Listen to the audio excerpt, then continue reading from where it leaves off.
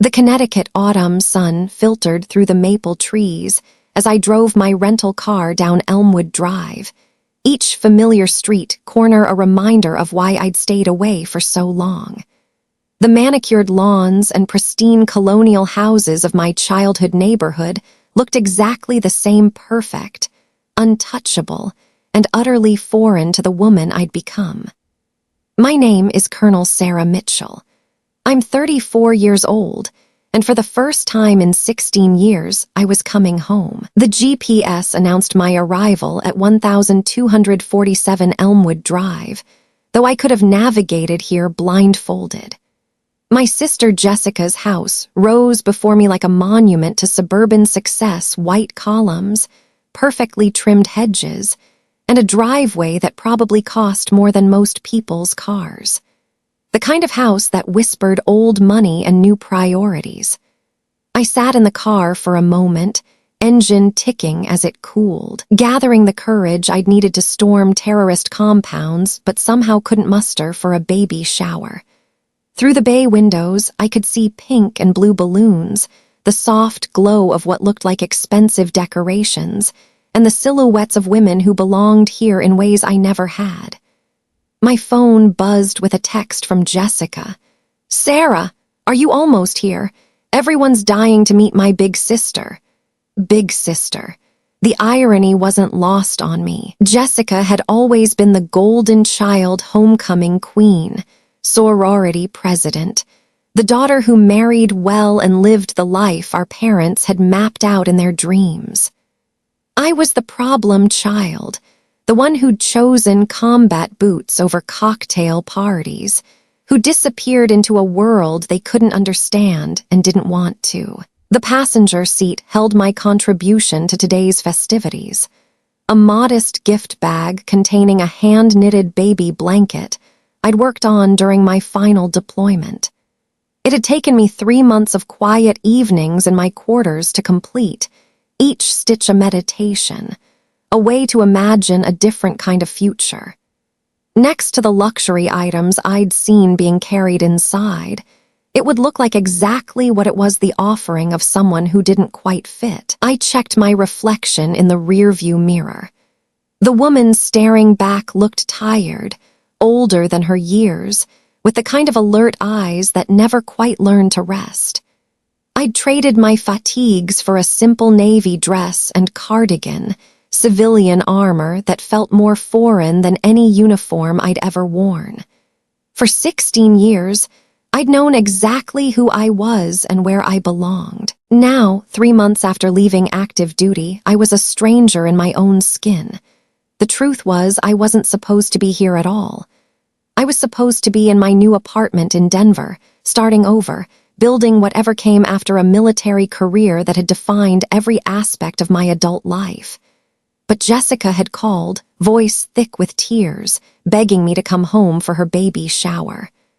"I know we haven't been close," she'd said, "but you're my only sister. I need you here." What she hadn't said, what hung in the air between us, was everything else: the years of awkward phone calls where I couldn't tell her where I was or what I was doing, the missed holidays, the growing distance that military life creates between those who serve and those who wait at home.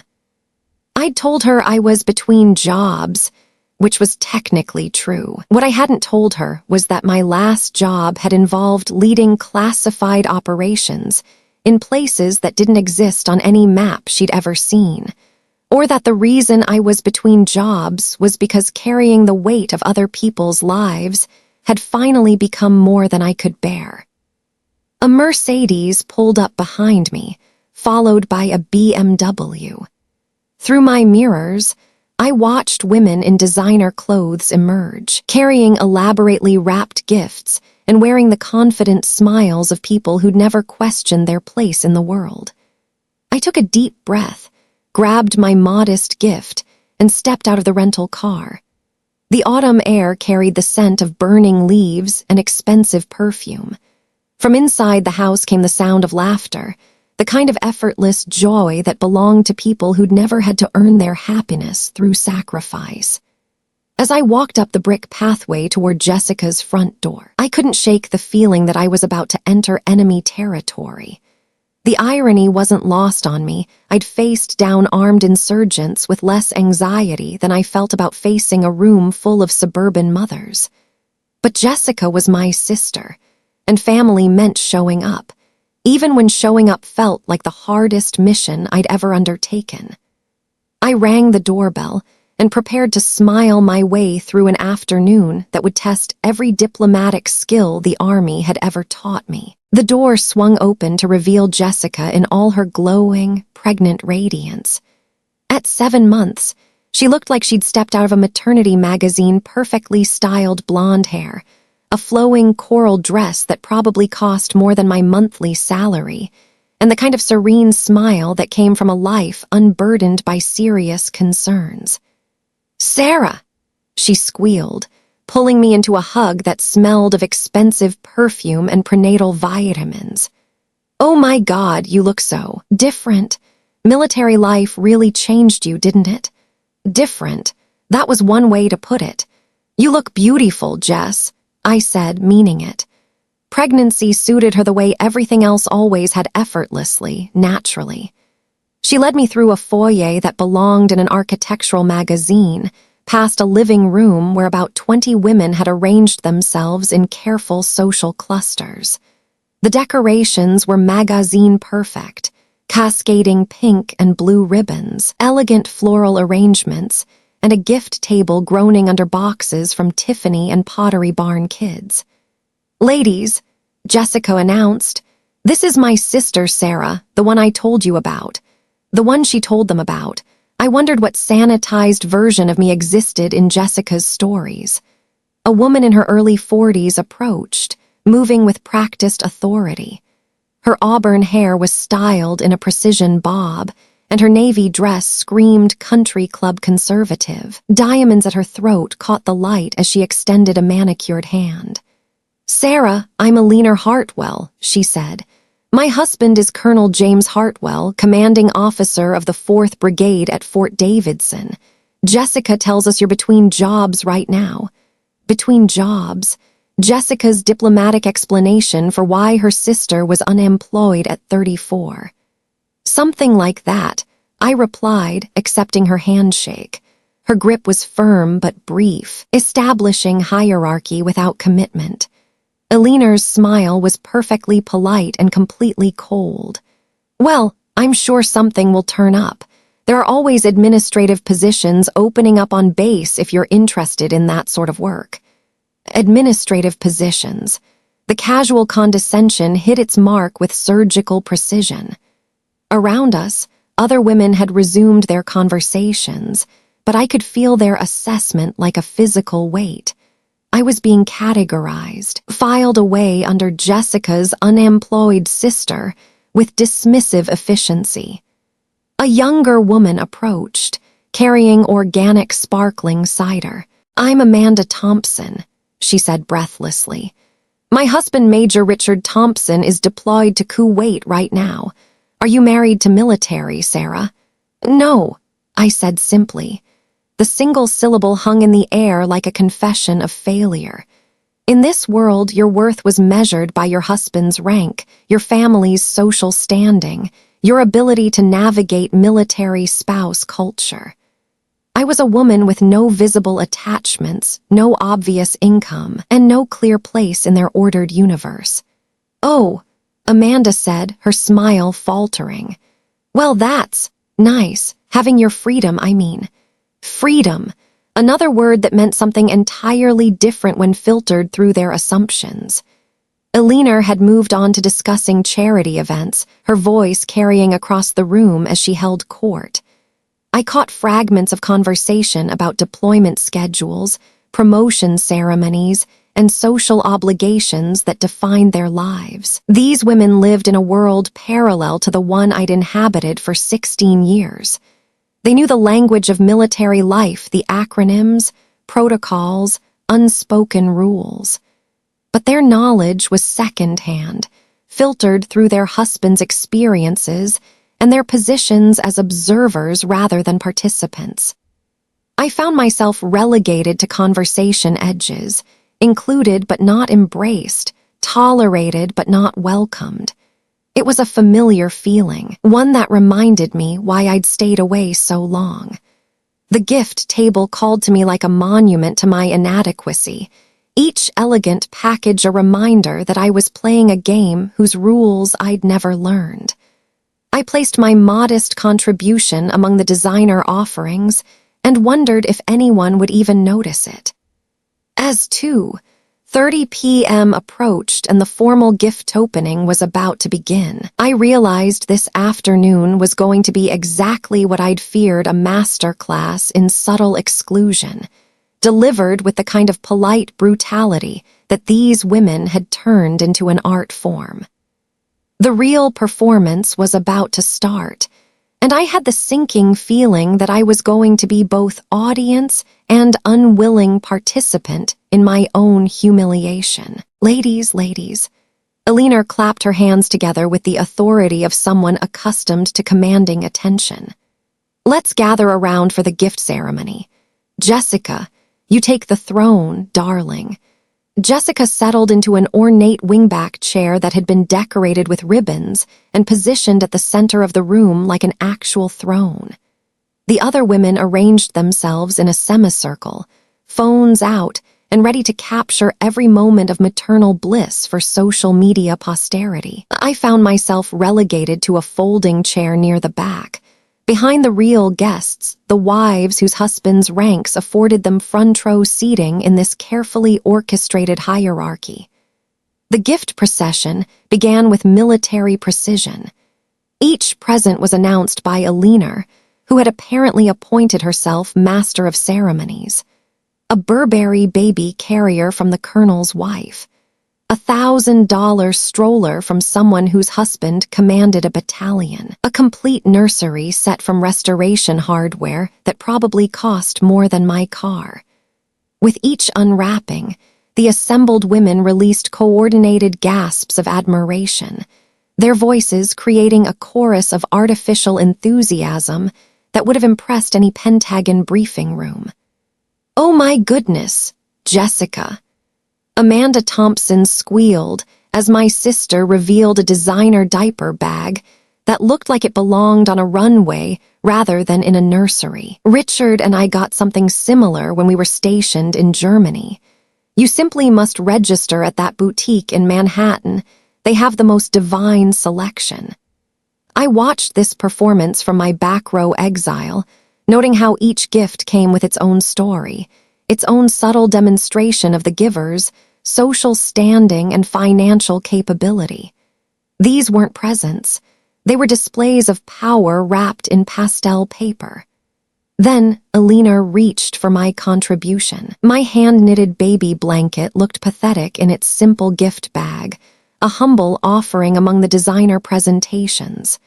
Eleanor held it up with the kind of delicate distaste usually reserved for evidence at a crime scene.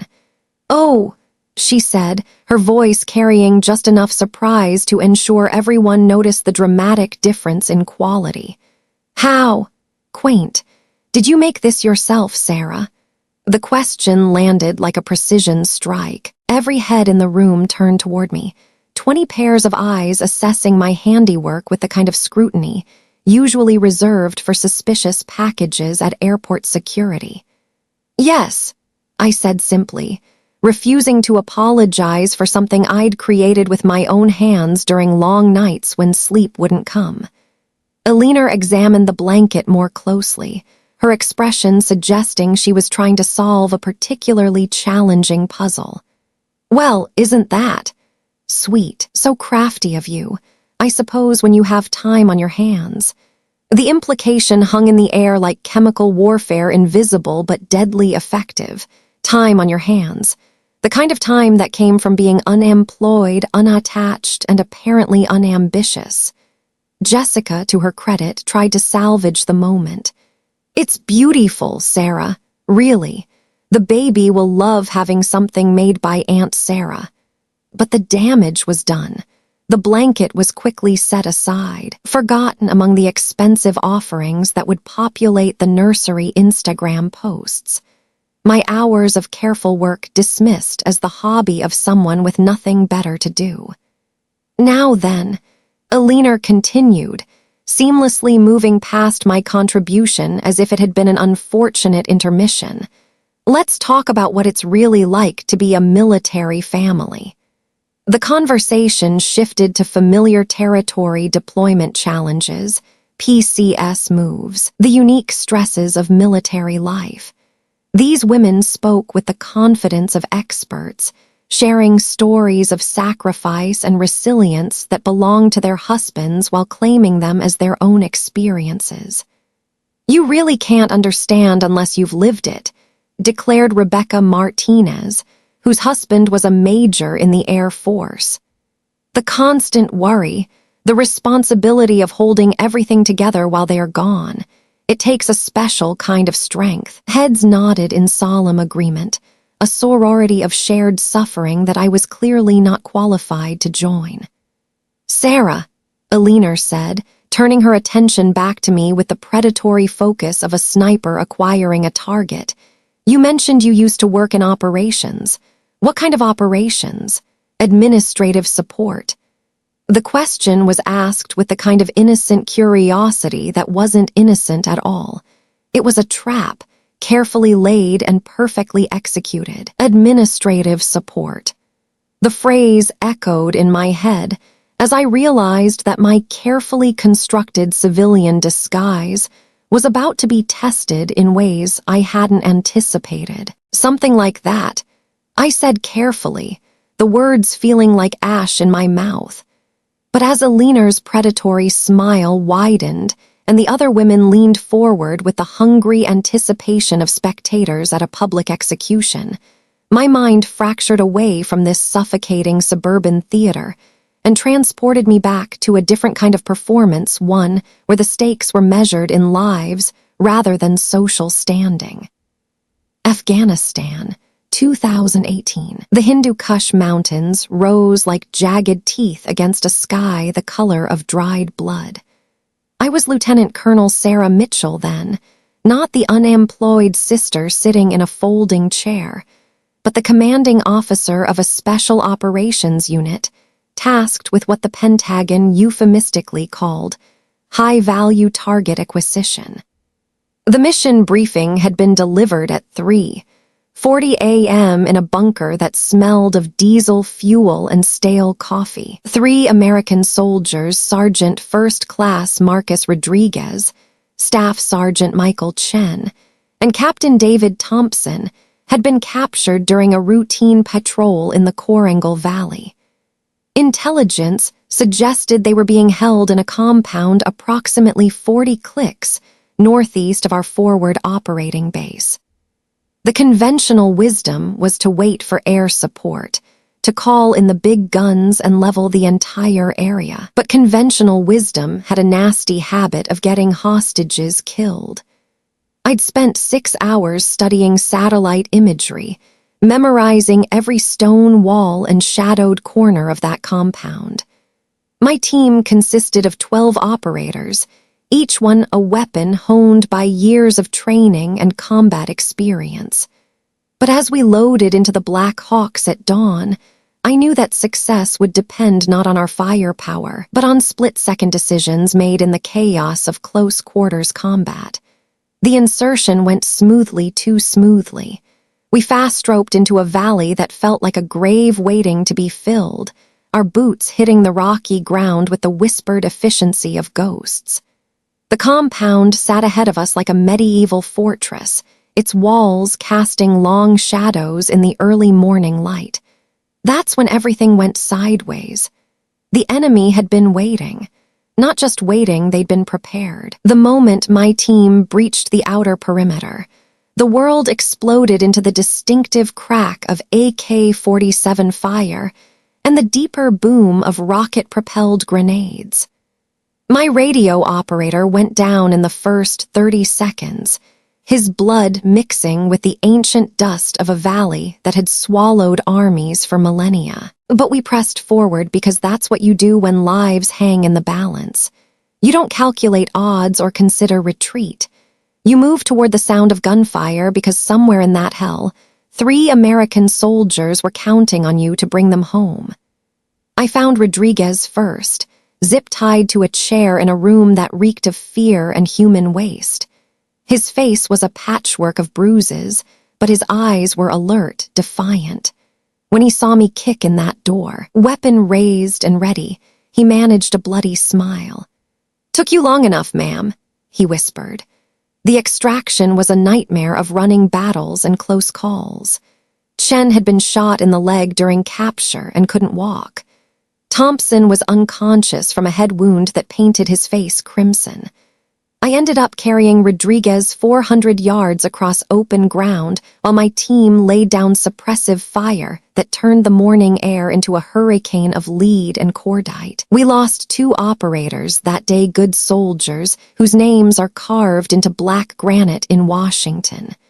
But we brought home 3 Americans who would have died in that compound, forgotten in a valley where empires go to die.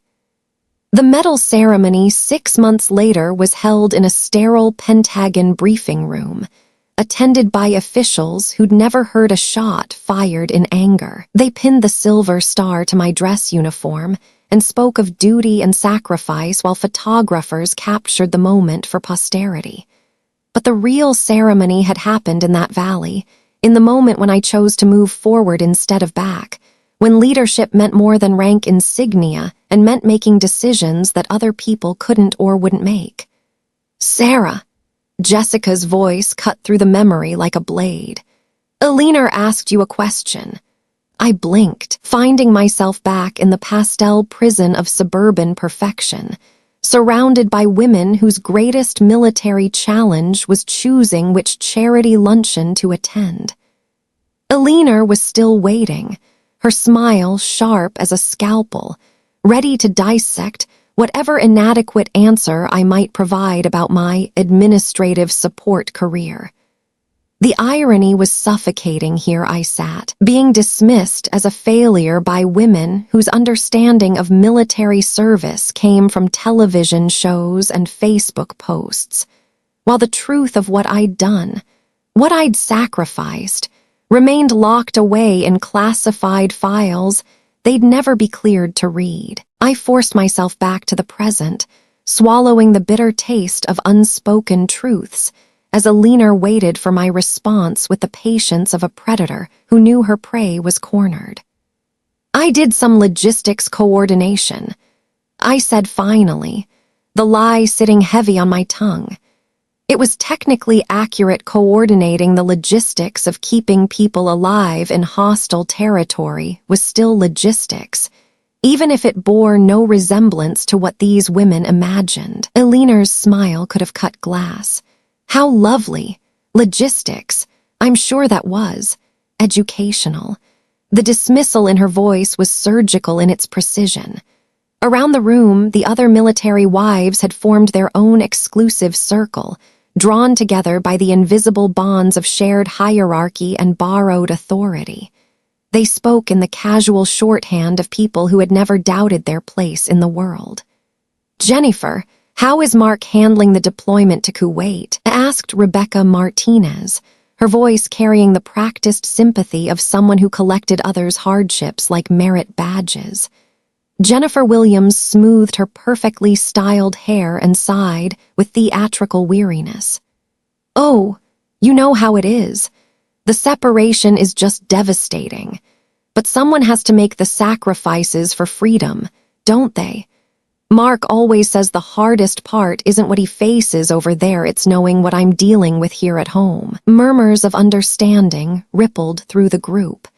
These women had elevated the art of vicarious suffering to new heights, claiming their husbands' deployments as their own personal crucibles of sacrifice. "The children ask about Daddy every night," Jennifer continued, dabbing at her eyes with a tissue that appeared as if by magic. "I try to explain that Daddy is doing important work, protecting our country, but it's so hard to make them understand the weight of what military families bear." Eleanor nodded sagely, her expression radiating the wisdom of someone who had never been closer to combat than a CNN broadcast. "That's exactly right, Jennifer. People who haven't lived the military life simply cannot comprehend the depth of our sacrifice. The constant worry, the responsibility of holding everything together while our husbands serve." I watched this performance with a mixture of fascination and revulsion. These women had constructed elaborate narratives around experiences that belonged entirely to other people. They spoke of sacrifice they had never made, of dangers they had never faced, of service they had never rendered. "Sarah," Amanda Thompson said, turning toward me with the kind of bright, aggressive friendliness that felt like an ambush, "you must find it difficult to relate to what we go through. Not being connected to military life, I mean."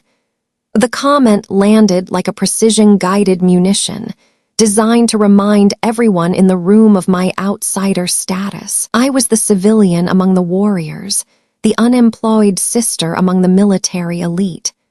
"It must be nice, though," Rebecca added with the kind of false sympathy that dripped poison, "not having to worry about deployment schedules or security clearances or any of the complications that come with real military families."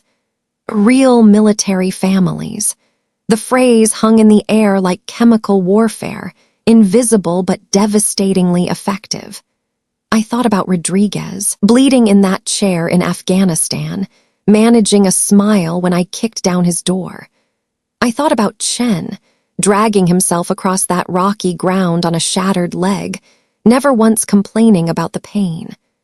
I thought about Thompson, unconscious and dying, trusting me to bring him home to a family that would never know how close they came to losing him.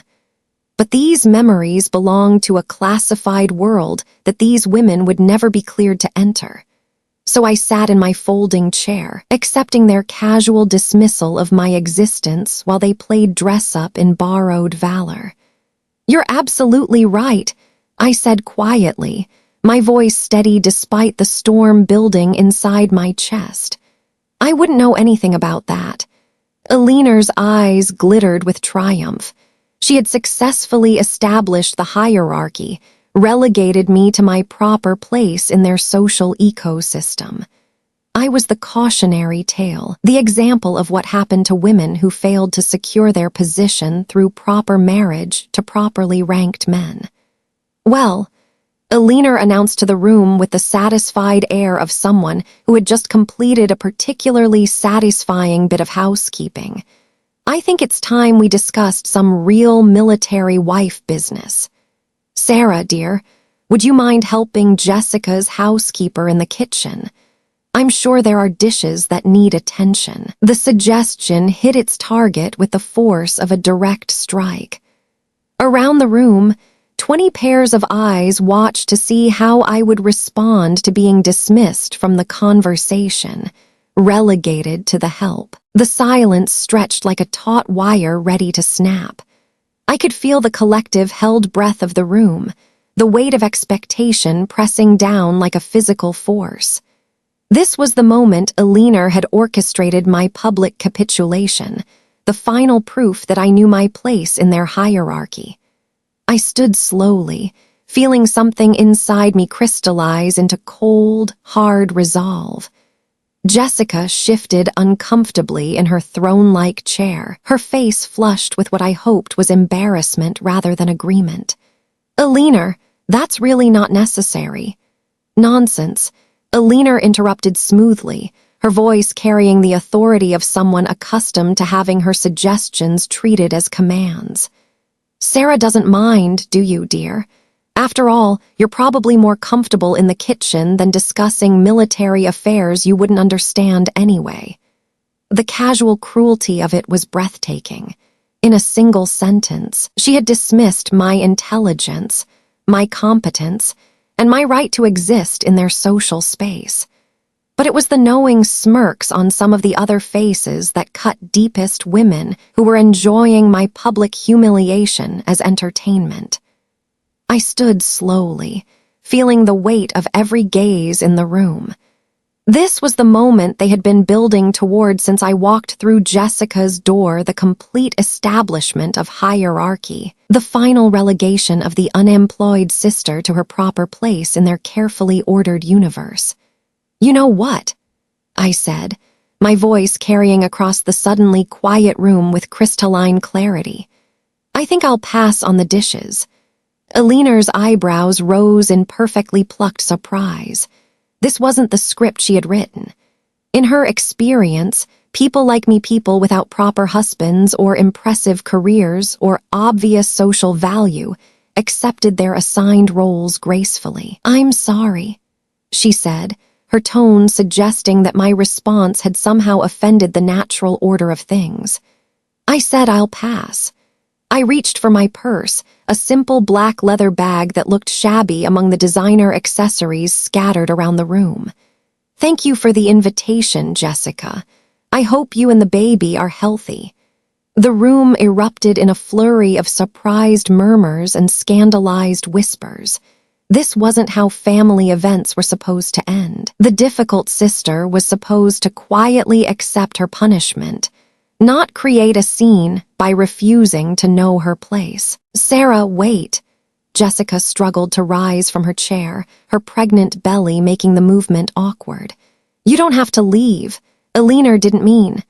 "Yes, she did," I said quietly, looking directly at Eleanor's shocked face. "And that's perfectly fine. She's entitled to her opinion of me." Eleanor had recovered her composure with the speed of someone well-practiced in social warfare.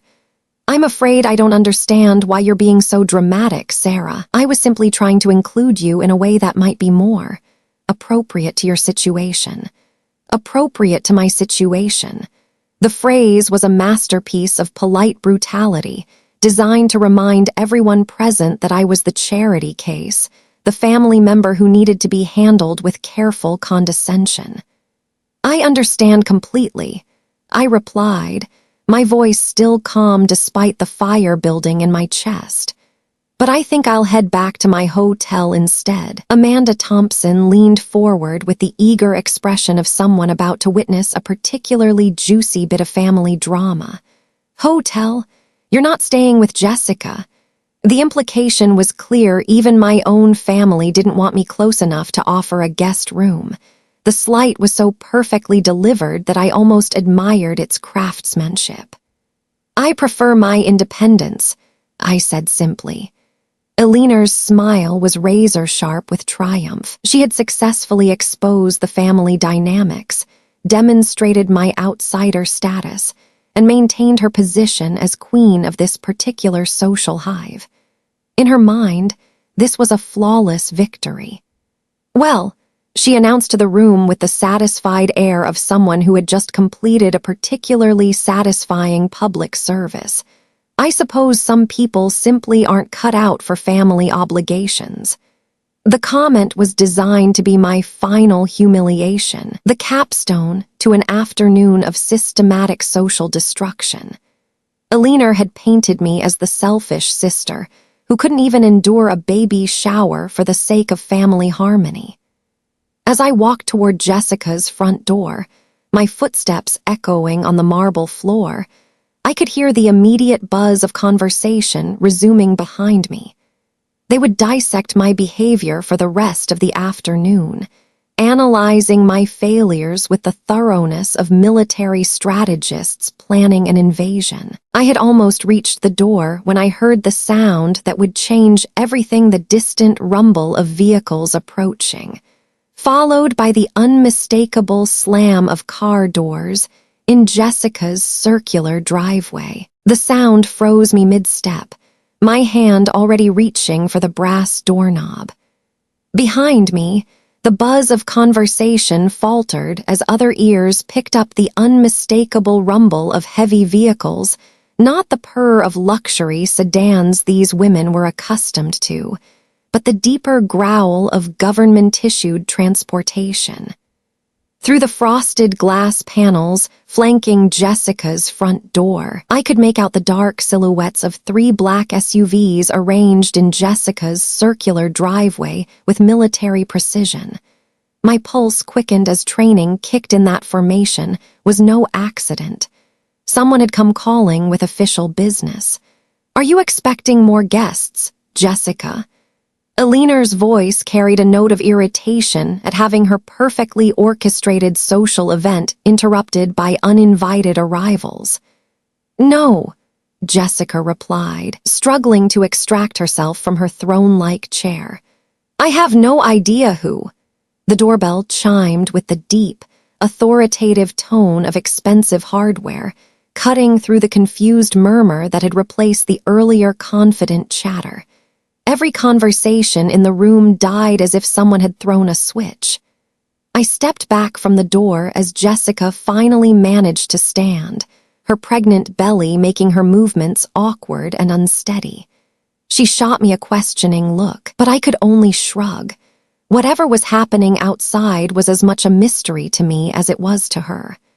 Jessica opened the door, and the afternoon sunlight framed 3 figures that seemed to belong to an entirely different universe than the pastel paradise of her baby shower.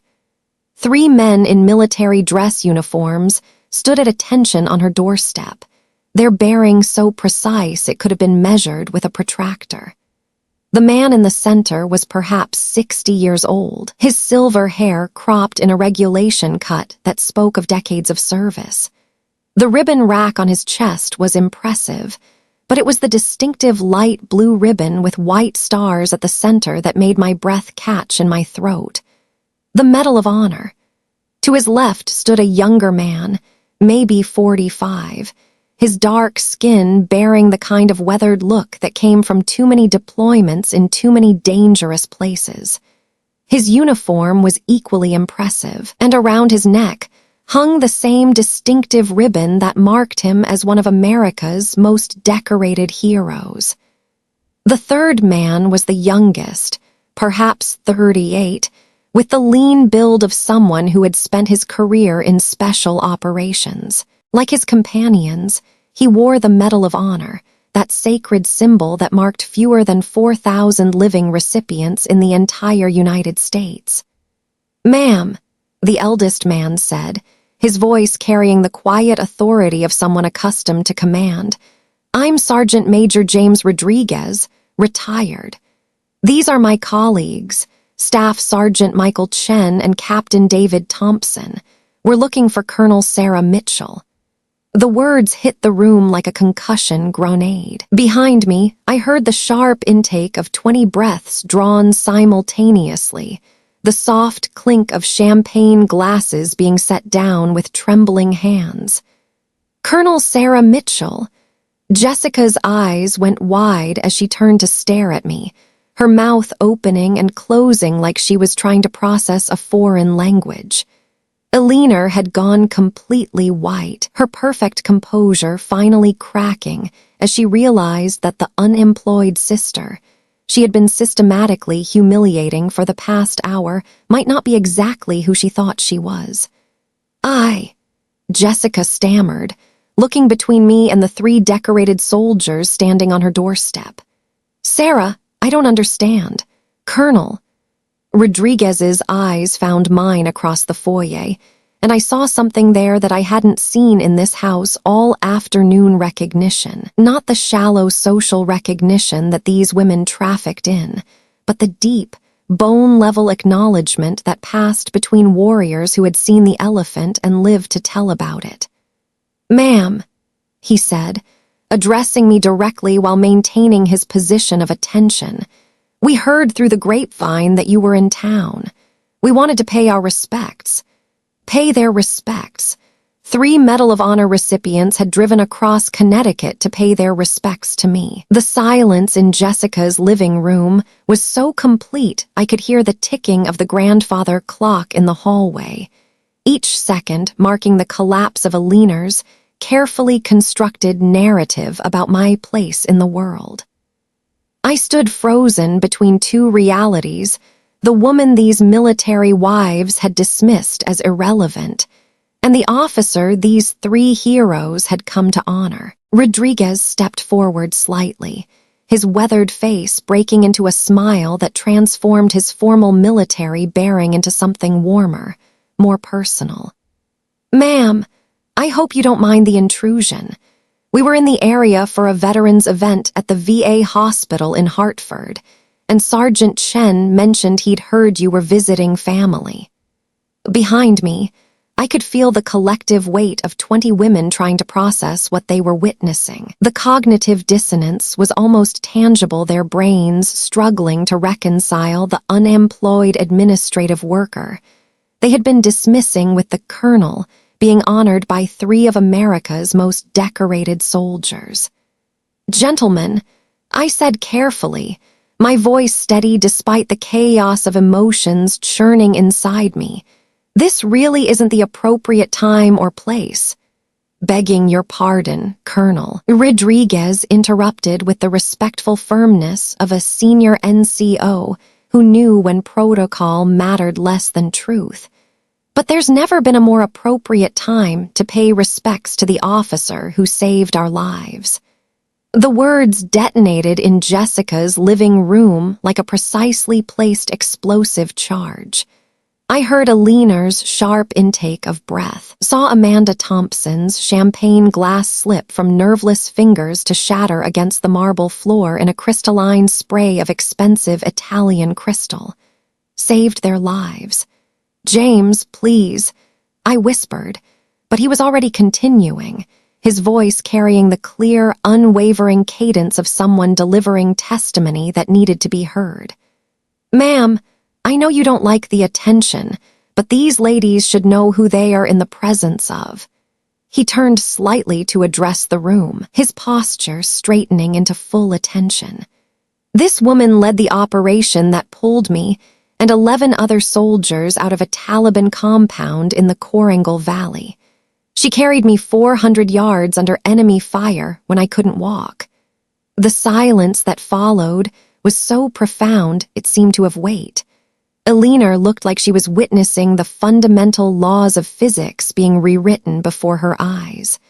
Her perfectly constructed social universe, where rank and worth were measured by husbands' positions and charity board appointments, was crumbling in real time.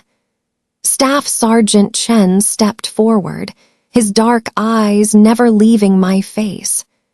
"Colonel Mitchell didn't just command that operation," he said, his voice carrying the quiet intensity of someone sharing sacred truth. "She volunteered for it when conventional wisdom said to wait for air support. Command wanted to level the entire compound. She said American soldiers don't get left behind on her watch." Jessica was staring at me like I was a stranger who had somehow stolen her sister's face. "Sarah," she whispered, her voice barely audible, "I don't understand. You never told us. You never said you were." "A colonel."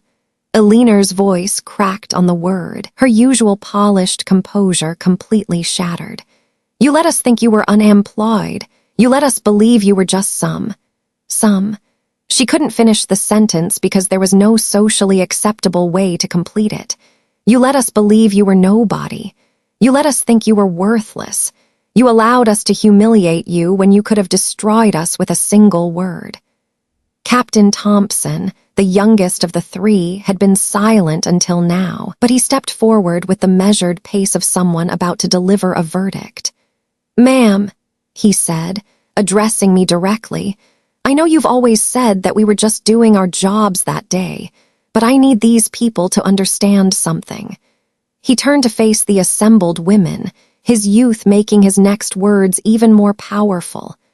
"I was unconscious when Colonel Mitchell carried me out of that compound, bleeding from a head wound, dying. The last thing I remember before waking up in a field hospital was her voice telling me that I was going home to my family." His eyes found his way back to me, and I saw in them the same expression I'd seen in Rodriguez's face, not gratitude exactly, but something deeper. Recognition of a debt that could never be repaid but would never be forgotten. "That family she saved," Thompson continued, his voice growing stronger. "My wife Rebecca and my 2 daughters, they're alive today because this woman refused to leave me behind. The name Rebecca hit the room like lightning.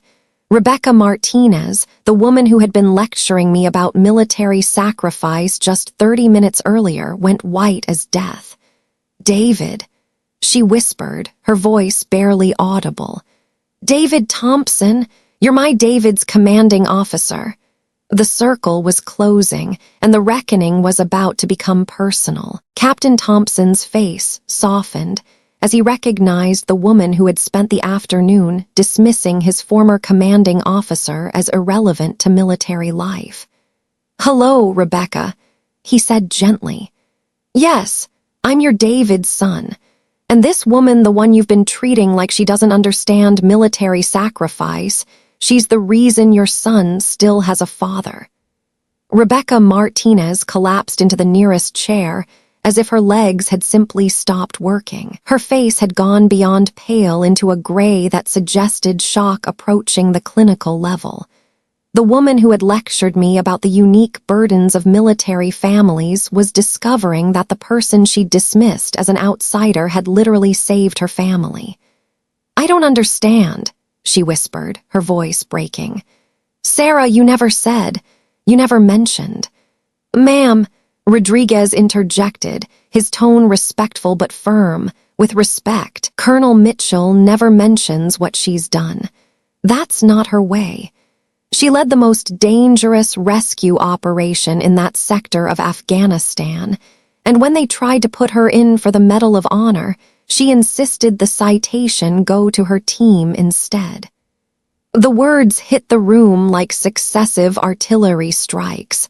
Medal of Honor consideration. I could see Eleanor's mental calculations spinning wildly as she tried to reconcile the woman she'd relegated to kitchen duty with someone whose service merited the nation's highest military decoration.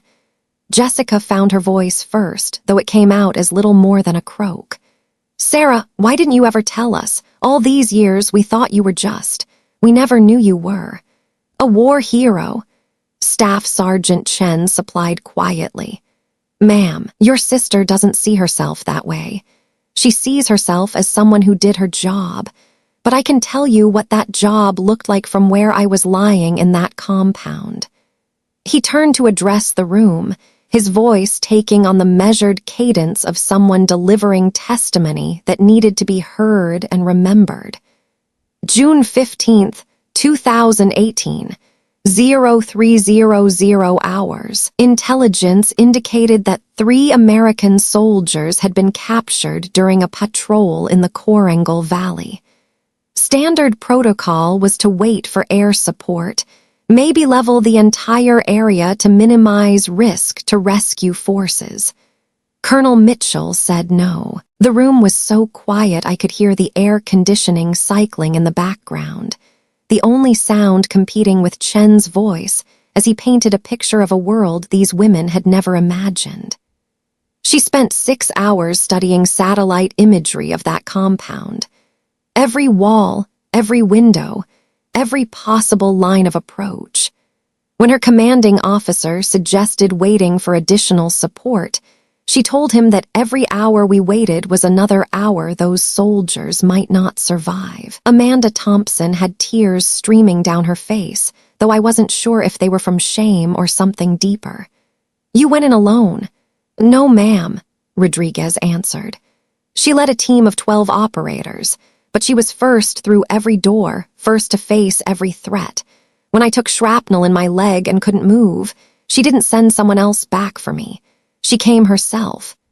The details were emerging now like pieces of a puzzle these women had never known existed. Eleanor sat frozen in her chair, her perfect posture finally abandoned as the magnitude of her afternoon's behavior began to sink in. "The compound was a maze," Chen continued. "Narrow corridors, multiple levels, enemy combatants who knew we were coming. We fought room by room for 3 hours. When we finally reached the holding area, I was unconscious from blood loss, Rodriguez was hit, and Thompson was barely breathing." Captain Thompson picked up the narrative, his voice steady despite the emotional weight of the memory. "I remember fragments, the sound of gunfire, the taste of blood, But what I remember most clearly is Colonel Mitchell's voice telling me I was going home. She carried Rodriguez 400 yards across open ground while her team provided covering fire. Then she came back for me. "And Chen?" Jessica asked, her voice barely a whisper. "She carried me too," Chen said simply. "One at a time under fire, refusing to leave anyone behind. By the time we reached the extraction point, she'd been wounded twice but never stopped moving." The silence that followed was different from the earlier quiet. This wasn't the expectant hush of people waiting for entertainment. This was the profound stillness that comes when people realize they are in the presence of something sacred, something that transcends their everyday understanding of courage and sacrifice. Eleanor finally found her voice, though it was barely recognizable. "The Silver Star," she whispered. "You received the Silver Star for that operation." "Among other decorations," Rodriguez confirmed. "Though she's never mentioned any of them, I'm sure." He was right. The medals sat in a box in my apartment closet, symbols of a life these women could never have imagined. Not because they lacked intelligence or courage, but because they had never been asked to make the choices that forge such recognition in blood and sacrifice. Rebecca Martinez was crying openly now, her perfect makeup running in dark streams down her cheeks. "All afternoon," she sobbed, "I've been telling you about military sacrifice, and you actually." The sentence hung unfinished in the air, heavy with implications that would reshape every assumption these women had made about service, sacrifice, and the quiet heroism that walked among them unrecognized. The reckoning was far from over, but the truth was finally free. The truth was finally free, and it moved through Jessica's living room like a cleansing fire, burning away pretense and leaving only raw, uncomfortable reality in its wake. Rodriguez reached into his dress uniform jacket and withdrew a small, flat box that bore the official seal of the United States Army. "Colonel Mitchell," he said, his voice carrying the weight of formal ceremony, "there's something we've been meaning to give you for 5 years." I felt my breath catch. "James, whatever this is, it's not necessary." "With respect, ma'am," he interrupted gently, "it is absolutely necessary. This is your unit citation for Operation Resolute Guardian, the one that somehow never made it through channels after you left active duty." He opened the box to reveal a distinctive ribbon and medal the Army Superior Unit Award with Valor device, the kind of recognition that marked extraordinary heroism under fire, the kind of award that required unanimous recommendation from surviving team members and approval at the highest levels of command.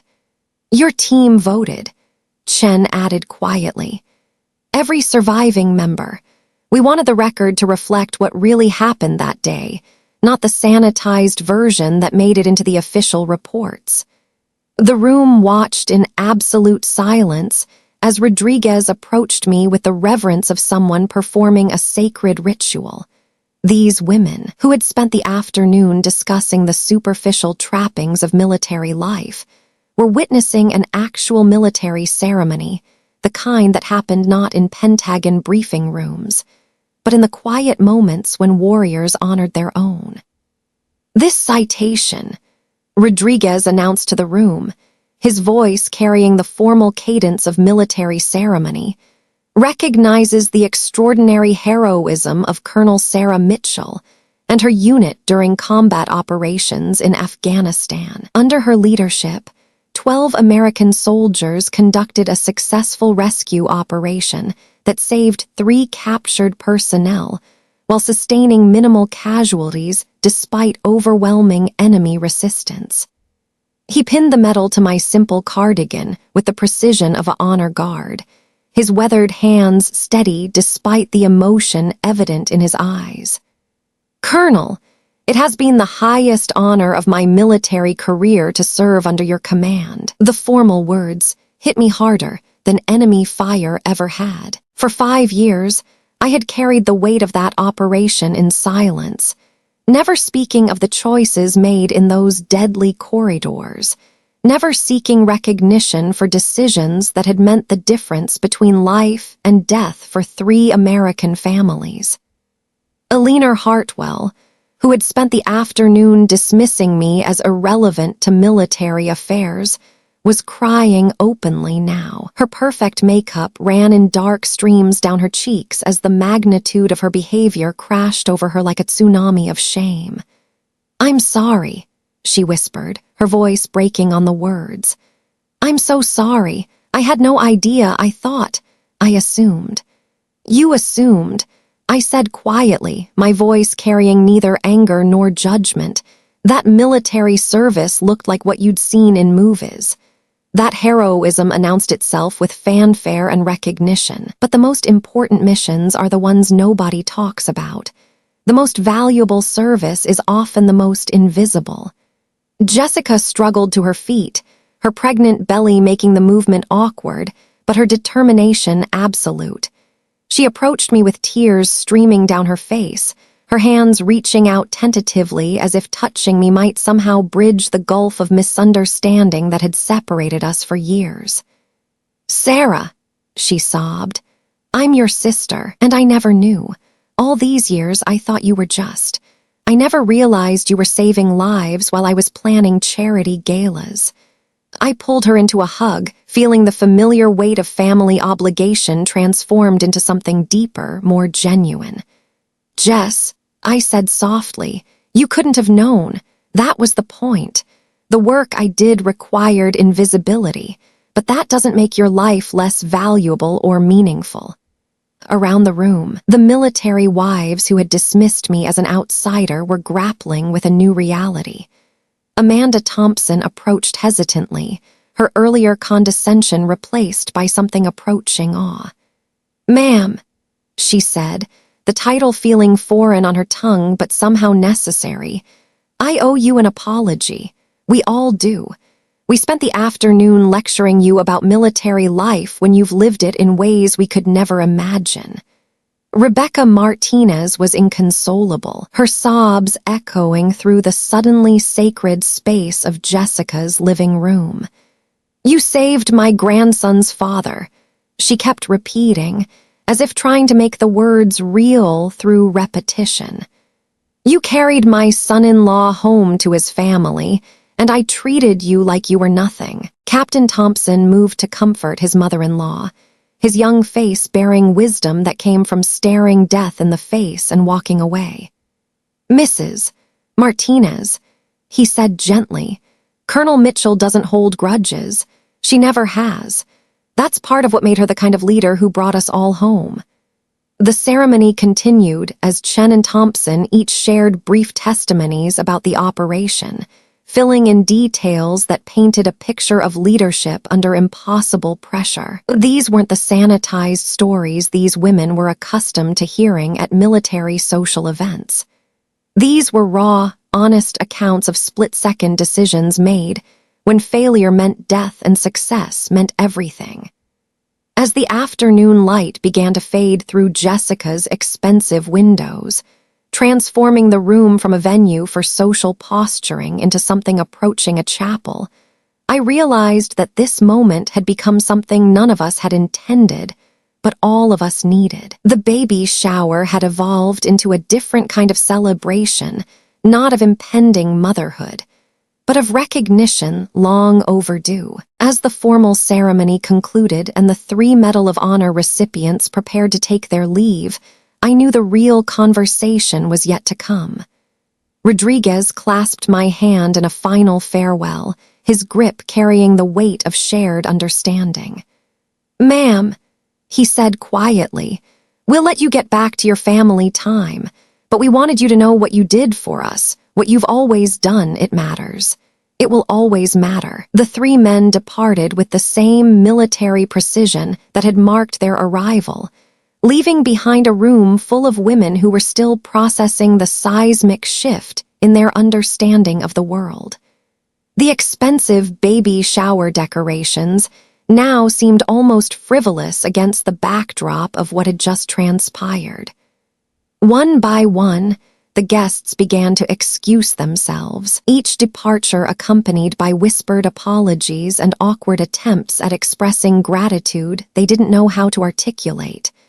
Eleanor was among the last to leave, approaching me with the hesitant steps of someone walking through a minefield of her own making. "Sarah," she said, her voice stripped of its earlier authority, "I don't know how to apologize for what I said, how I treated you. If I had known." "If you had known, you would have treated me differently," I said gently. "But that's not really the point, is it? The point is how we treat people when we think they have nothing to offer us." She nodded, tears fresh in her eyes. "I've learned something important today about assumptions, about respect, about the difference between borrowed honor and earned honor." She paused, gathering herself. "I hope someday you might forgive me." "There's nothing to forgive," I replied truthfully. "You reacted based on the information you had. We all make those kinds of judgments." After Eleanor left, the house fell into a profound quiet broken only by the ticking of Jessica's grandfather clock and the distant sound of our cleaning lady collecting abandoned champagne glasses. Jessica and I sat across from each other in her living room, two sisters separated by more than just the coffee table between us. "Why didn't you ever tell me?" Jessica asked finally, her voice small and wounded. "All these years, Sarah, all the times I introduced you as my unemployed sister, all the Christmas dinners where Mom and Dad acted like you were some kind of family disappointment. You let us believe you were a failure." I looked at my sister, really looked at her for perhaps the first time in years. She was still beautiful, still radiant with impending motherhood, but there was something different in her eyes now. A kind of hunger for understanding that hadn't been there before. "Because my service was classified, Jess. Because the missions I ran, the operations I led, they exist in a world that doesn't overlap with baby showers and charity galas. And because..." I paused, searching for words that could bridge the gap between our vastly different experiences. "Because I needed to know that my family loved me for who I was, not what I'd accomplished." "But we didn't," she whispered, the admission breaking something inside her. "We didn't love you properly at all. We barely knew you." The truth of that statement hung between us like a bridge we'd never known how to cross. For 16 years, I had lived a double life, the decorated officer who commanded respect from the nation's most elite warriors, and the disappointing daughter who couldn't seem to find her place in a world of suburban expectations. "I have something for you," I said softly, reaching into my purse to withdraw a small velvet box I'd been carrying for months, waiting for the right moment. "I was going to give this to you privately, but maybe now is better." Jessica opened the box with trembling fingers, gasping when she saw what lay inside. It was my Purple Heart, the medal awarded for wounds received in combat, the one I'd earned when shrapnel from an IED had torn through my shoulder during a convoy operation outside Kandahar. "Sarah, I can't accept this," she breathed, staring at the medal as if it might disappear. "It's not for you," I said gently.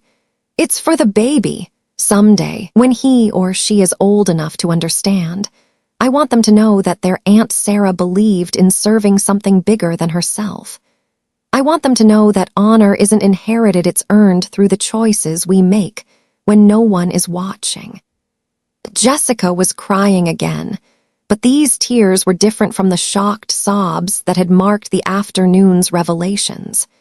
These were tears of recognition, of a connection finally made after years of parallel lives that never quite intersected. "I want to do better," she said through her tears.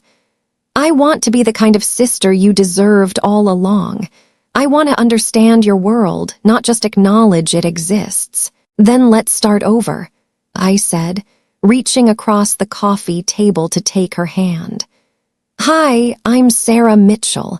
I'm your sister, I'm a retired Army colonel, and I love you enough to let you discover who I really am."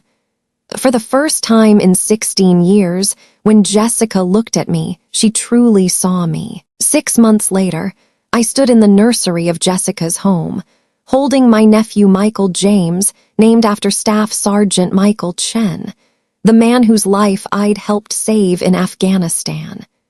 The baby's tiny fingers wrapped around mine with surprising strength, and I found myself whispering promises about honor, service, and the quiet courage it takes to do the right thing when no one is watching. Jessica had kept her word about starting over. She'd spent months learning about my world, not the sanitized version she'd grown up with, but the real complexity of military service. She'd attended veteran events with me, listened to stories that didn't always have happy endings, and slowly began to understand that heroism rarely looked like what Hollywood portrayed. The transformation hadn't been limited to my sister. Eleanor Hartwell had become one of the most dedicated supporters of the Veteran Mental Health Initiative I'd started after leaving active duty.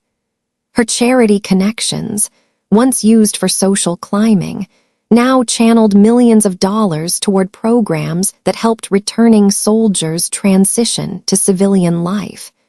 She never forgot the lesson about borrowed honor versus earned respect. Rebecca Martinez had perhaps undergone the most profound change. She'd become a fierce advocate for recognizing the contributions of female veterans, speaking at military spouse events about the danger of assumptions and the importance of listening before judging. Her grandson would grow up knowing that the aunt who read him bedtime stories had once carried his grandfather home from a battlefield.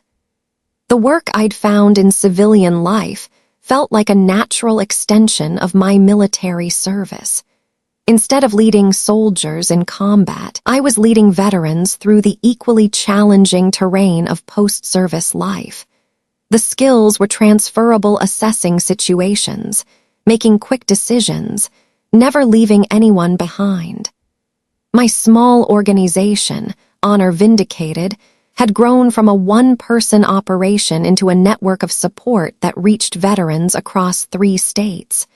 We didn't just provide services, we provided understanding. We reminded people that their service mattered, that their sacrifices had meaning, and that the difficulty of transition didn't diminish the value of their contributions. The real victory, though, wasn't in the programs we'd built or the lives we'd touched. It was in the phone calls from Jessica, asking about my day not out of obligation, but out of genuine interest. It was in the photos she sent of Michael wearing the tiny army onesie she'd bought him, inscribed with, "My aunt is a hero." It was in the family dinners where my military experiences were discussed with respect rather than polite dismissal. Sometimes people asked me if I regretted staying silent for so long, if I wished I'd spoken up sooner about my service. The answer was always no. Those 16 years of being underestimated had taught me something valuable about the difference between external validation and internal worth. I'd learned that true strength doesn't need announcement, that real honor doesn't require recognition. The afternoon of Jessica's baby shower had been a reckoning, but not the kind I'd expected. It wasn't about proving my worth to people who'd dismissed me. It was about discovering that worth was never theirs to assign in the first place. As I write this, little Michael is taking his first steps, tottering between his mother's arms and mine with the fearless determination of someone who doesn't yet know that falling is supposed to be scary. Watching him, I'm reminded that courage isn't the absence of fear, it's moving forward despite it. That's the lesson I hope he carries with him as he grows. That honor isn't inherited but earned. That service comes in many forms, and that the most important battles are often fought by people whose names never appear in headlines. To anyone listening who has ever felt dismissed, overlooked, or undervalued, remember that your worth isn't determined by others' recognition. Your story matters. Your service matters. Your quiet acts of courage change the world in ways you may never know. Stay strong, stay true to your values, and never forget that sometimes the most powerful statement you can make is simply showing up as your authentic self. If this story resonated with you, please consider subscribing to Honor Vindicated. Share your own story of quiet courage in the comments below, because every voice deserves to be heard, and every act of service deserves to be honored. Until next time, this is Colonel Sarah Mitchell, reminding you that true honor speaks for itself.